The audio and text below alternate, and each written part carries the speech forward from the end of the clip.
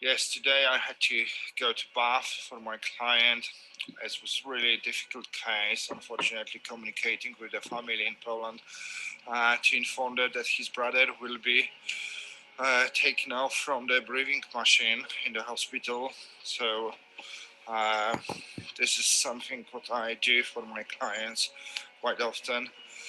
Right now I'm walking through the Bath and thinking what else will happen today. Uh, Over last weekend, we had a really difficult situation on the way to Dover. More or less 60, 70 kilometers traffic with lorries. Uh, Polish embassy organized support for uh, drivers across the all nations. They organize volunteers with parcels, food parcels, to support them. And the Polish government sent the Polish soldiers, army, to test drivers. So 2020 was an extremely busy year. Firstly, I recovered from my health issues, and then after we started campaigning with new Europeans to support Europeans and British people abroad living to promote green card project. Um, we had an extremely busy year to prepare a new fundraising trip across southwest of England. We travel from Somerset through Dorset, Devon, and Cornwall to promote Green Card project, meet people, European people, so my country mates and other people from Europe, and discuss the Green Card project with them. We also met many, obviously, local people, British people, who supported our fundraising, and it was exciting and extremely interesting trip.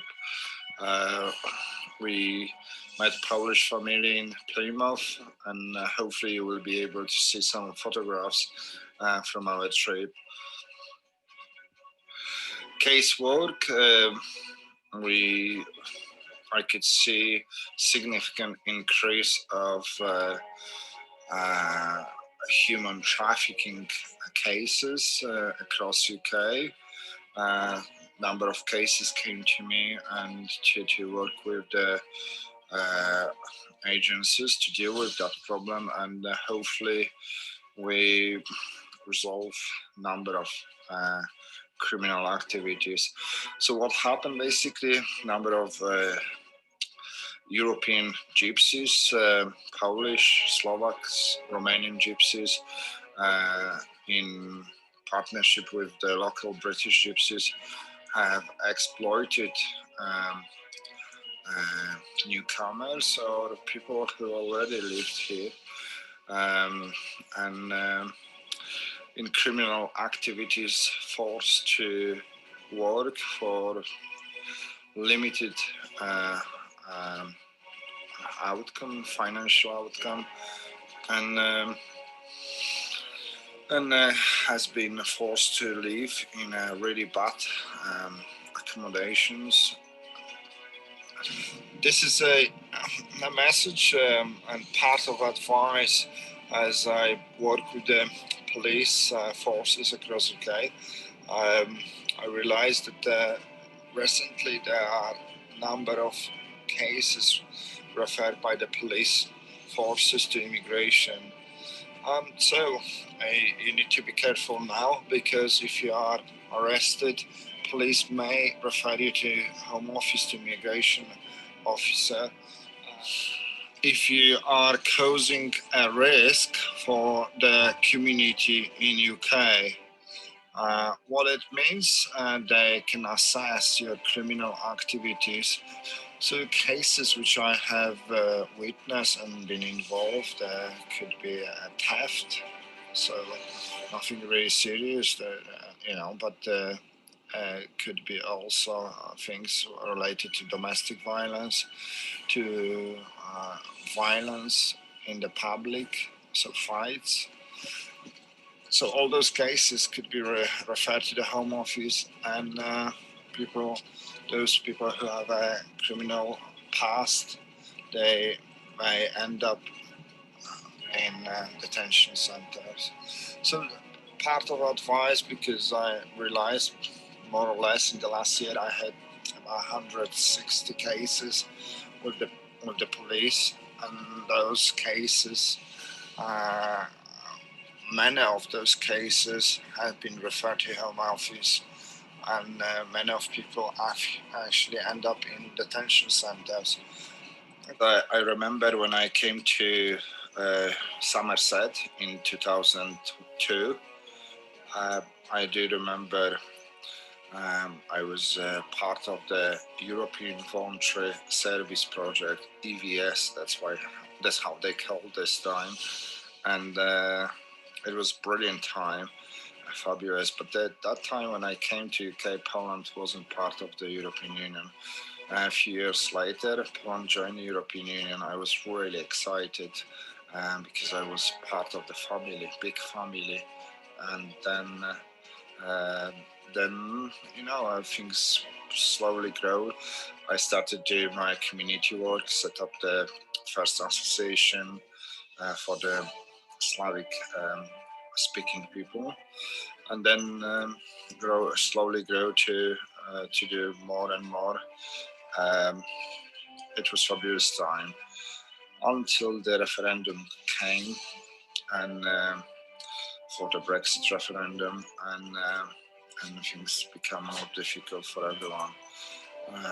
So now I feel that as a Polish person, I am in EU, but I also feel as a British person, I'm leaving EU in next few days. So it would be really sad situation for me. But this is important to know, to let you know that I always will feel European. Despite what happened, I always will be supporting people from Europe and Brits abroad. And this why I have done my trip to Santiago de Compostela in 2019. So this is something which helped me to understand how people live in different countries, why they move, and I hope that this experience will help me and my friends to survive in this tricky time for everyone.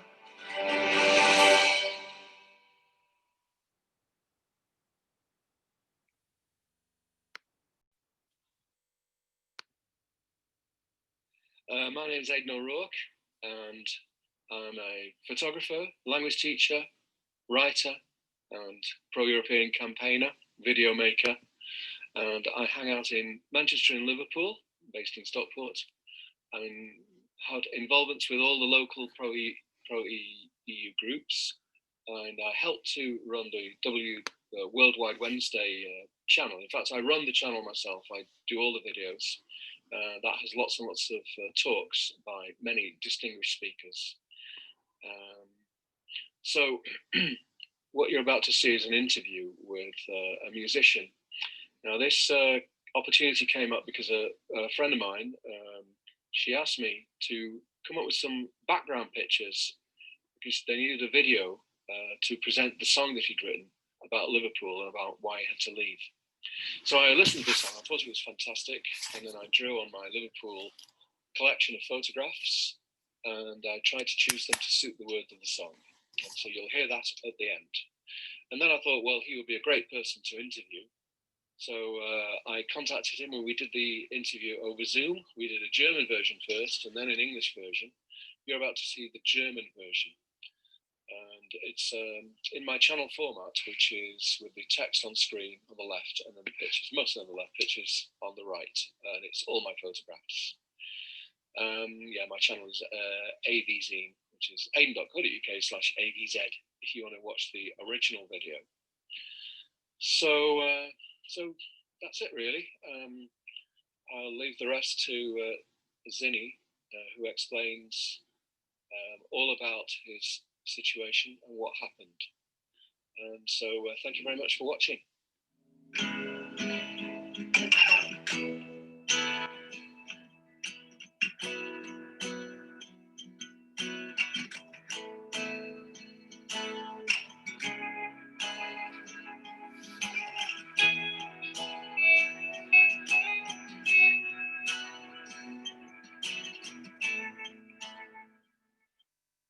Wie ist dein Name?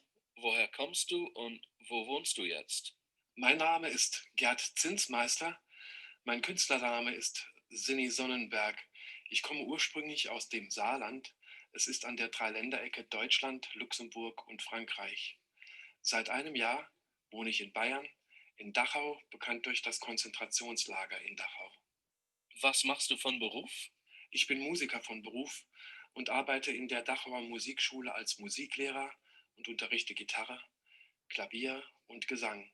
Ansonsten nehme ich Platten auf und spiele live in Deutschland, England und Holland. Was für Musik spielst du? Meine Musik könnte man als Folkmusik mit Einflüssen von Pop und Rock und Worldmusik beschreiben. Wie lange warst du in Liverpool? Ich habe 21 Jahre in Liverpool gewohnt. Wann und warum bist du nach Liverpool gezogen? Ich bin am 10. August 1998 mit meiner Frau und mit meiner 3-jährigen Tochter nach Liverpool gezogen, um einen Kurs an dem Liverpool Institute für Performing Arts zu machen. Was waren deine frühen Eindrücke von Liverpool? Ich hatte mich sofort in Liverpool verliebt. Eine tolle Stadt mit netten, weltoffenen Menschen, ein ganz besonderes Licht, ein reges Nachtleben und ein ganz besonderer Dialekt, an den ich mich erst gewöhnen musste. Wo habt ihr gewohnt? In den ersten 3 Jahren wohnten wir in Toxteth in der Pangbourne Street, hinter der St. Silas Schule in dem walisischen Viertel. Unser Haus war das zweitletzte Haus am Ende der Straße mit Blick auf den Schulhof von der St. Silas Schule. Später haben wir 14 Jahre lang in Aigburth gewohnt. Warum bist du in Liverpool geblieben? Nachdem mein Studium an dem LIPA beendet war, hatten wir uns gut akklimatisiert in Liverpool. Ich arbeitete als Krankenpfleger in einem Pflegeheim in der Mill Street in Toxteth. Meine Frau machte einen Kurs am Arts College in der Myrtle Street. Unsere Tochter Zoe hatte an der Windsor School schon viele Freunde gemacht. Wie ist Liverpool anders als andere Städte? Als Hafenstadt beherbergt Liverpool Menschen aus vielen kulturellen Hintergründen. So waren in der Grundschulklasse meiner Tochter Kinder aus 13 verschiedenen Ländern. Architektonisch ist die Innenstadt von Liverpool sehr kompakt. Der Fluss Mersey, der über Jahrzehnte die Lebensader von Liverpool war, prägt das Stadtbild. Aber die herausragende Besonderheit ist die humorvolle, freundliche und weltoffene Mentalität der Scouser. Was sind deine Top 10 Empfehlungen für Besucher? Es gibt viele interessante Sehenswürdigkeiten in Liverpool und viele Dinge, die man tun kann. Auf jeden Fall sollte man die Anthony Gormley-Ausstellung Another Place in Waterloo besuchen. Der Philharmonic ist der größte und prächtigste Pub in Liverpool. Außerdem sind die beiden Kathedralen, die von der Hope Street verbunden werden, sehr sehenswert.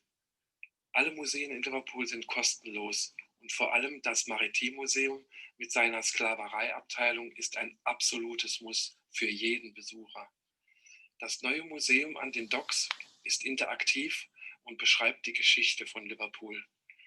Im 2. Stock hat man einen herrlichen Blick auf das Liver Building und die Flussmündung des Mersey. Auf jeden Fall sollte man sich in das Nachtleben von Liverpool stürzen. Man sollte die verschiedenen Restaurants, Pubs, Clubs, Live-Musik-Venues oder Comedy-Clubs einfach mal besuchen. Für Kunstinteressierte gibt es die Walker Art Gallery und die Tate am Albert Dock. Den Besuch des Palmhauses in Sefton Park kann man mit einem Glas Wein in der Lark Lane oder in der Penny Lane verbinden. Für Fußballfans ist es ein absolutes Muss, einmal im Leben in Anfield You'll Never Walk Alone zu hören.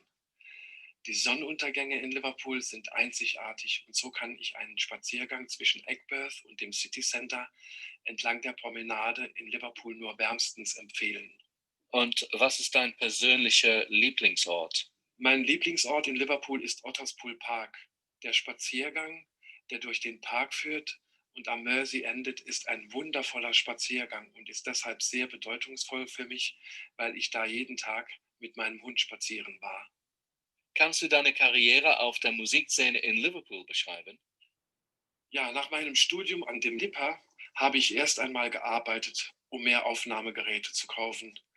So habe ich eine analoge Bandmaschine von den Christians gekauft und später einen Computer, mit dem ich aufnehmen konnte. Zwischendurch bin ich immer wieder zu Open-Mic-Events gegangen, um dort 2 bis 3 Lieder zu spielen. 2004 habe ich Jeff Davis von Probe Plus Records in Berlin auf einer Musikmesse kennengelernt. 2007 haben wir dann mit meiner Band unter dem Namen Sonnenberg mein erstes Album Fishing in the Pool unter dem Probe Plus Label veröffentlicht. Dann haben wir noch 2 weitere Alben, The End of the Rain und Into the Light, veröffentlicht.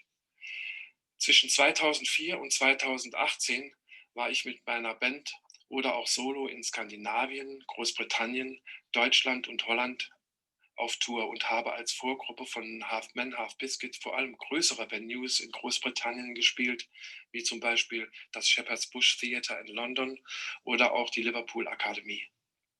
Warum hast du dich entschieden, Liverpool zu verlassen? Der Grund, Liverpool zu verlassen, war eindeutig der Brexit. Wir wollten nicht außerhalb der EU leben und in Großbritannien Bürger zweiter Klasse ohne Wahlrecht sein. Wann hast du Liverpool verlassen und wohin in Deutschland bist du gegangen? Wir haben Liverpool am 19. Juli 2019 verlassen.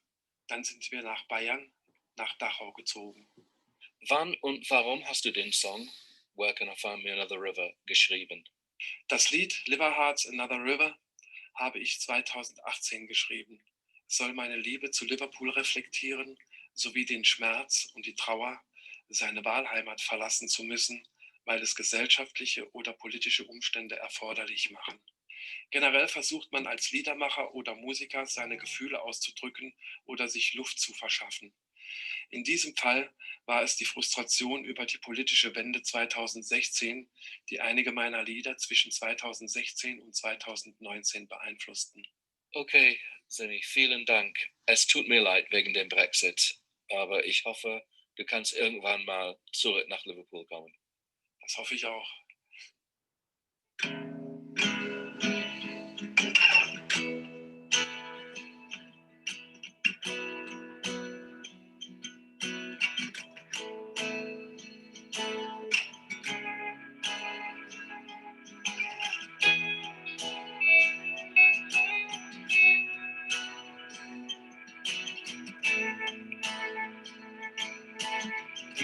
You welcomed me with open arms.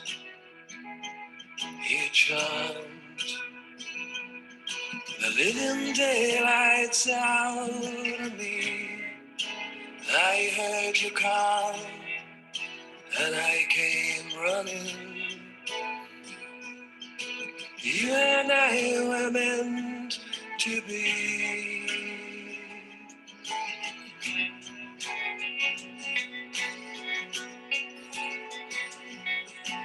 How will I find me another river?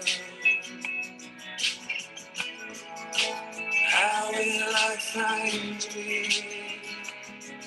another river?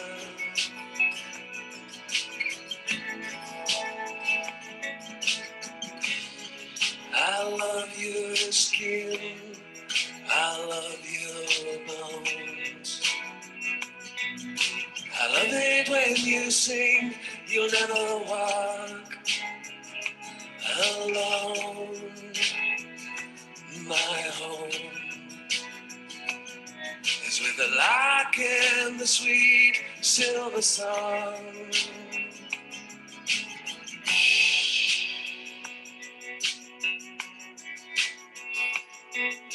How will I find me another river? How will I find me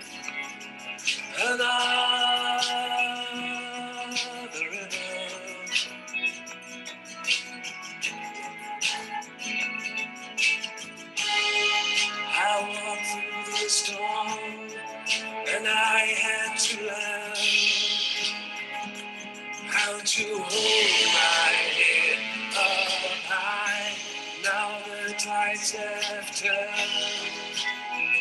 and there are tears beneath the blue suburban skies.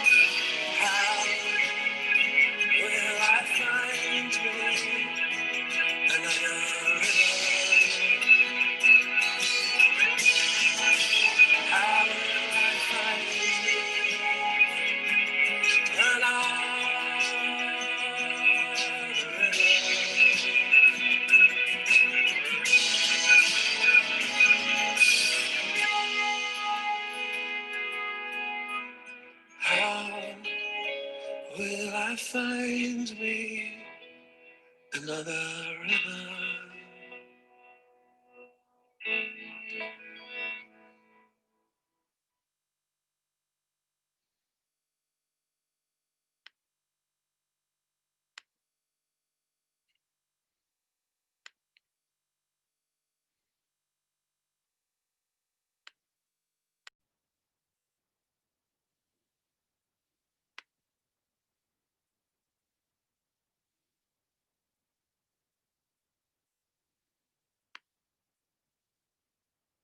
The Titanic.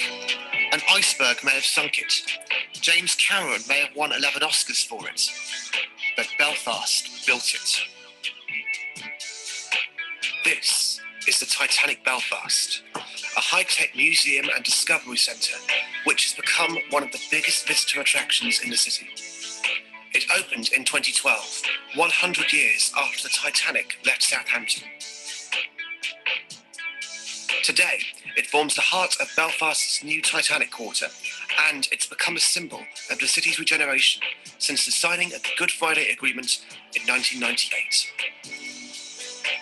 2018 should have been a very good year for the people of Northern Ireland, as it marks 20 years of the peace process. But one major political issue hangs over everything here: Brexit.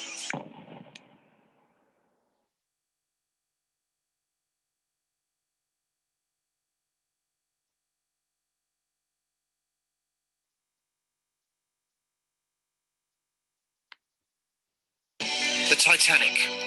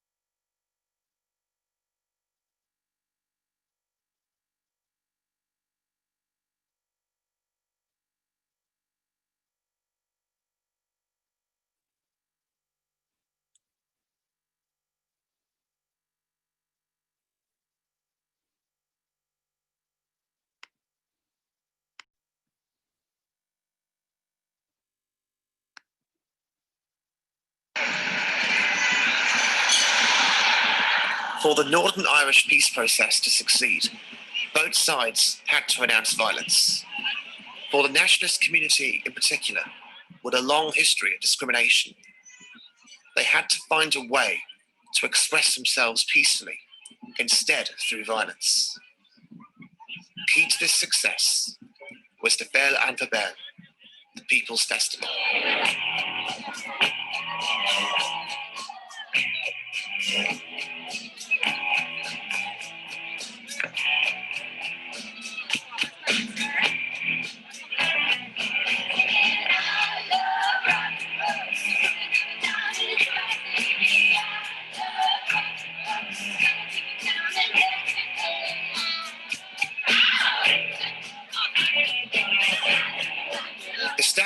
1988, it's become the biggest community festival in Northern Ireland, and the 2018 festival attracted big names such as Ollie Murs and Cara Dillon.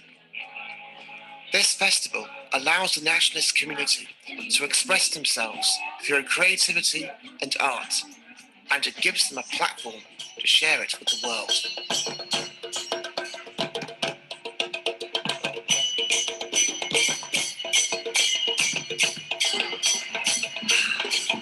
I just find this fascinating. This road used to be a complete no-go for the British Army. And listen, it's a carnival parade.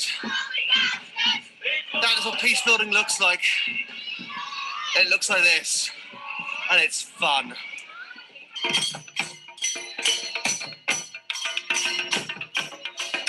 The debate over whether Northern Ireland should remain part of the United Kingdom or reunify with the Republic of Ireland is still ongoing. But thanks to efforts such as the Fair Festival, the debate is now fought with words rather than bullets and bombs. However, events at the end of the 2018 Fair Festival show there is still work to do for the peace process. It's still unfinished business.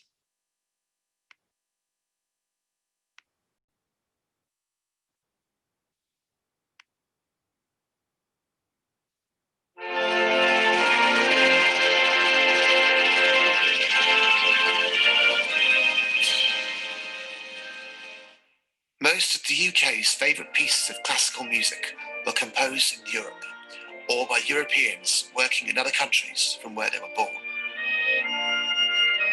Beethoven's Ode to Joy is the anthem of the European Union, summing up its aim to bring the peoples of Europe together as one.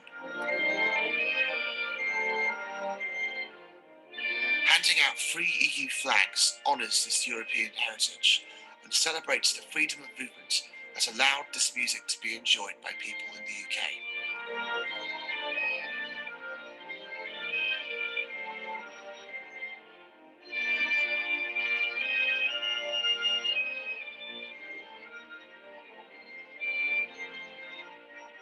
It's a great way to celebrate music and how it can cross borders.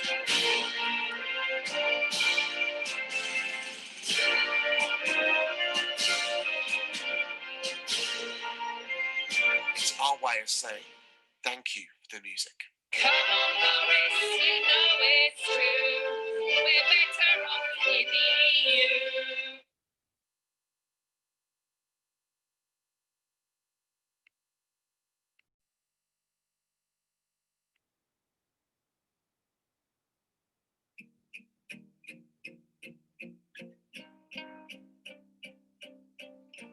My name is Tom Jackson Wood, and on the 23rd of June 2016, 51.9% of people in the UK voted to leave the European Union in an advisory referendum, which resulted in Brexit.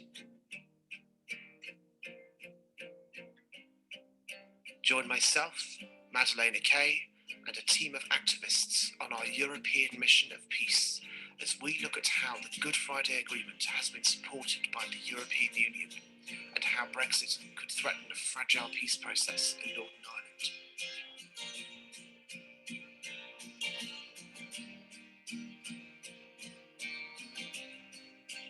"22 years after the Good Friday Agreement was signed, the Northern Irish peace process faces its gravest challenge to date, Brexit.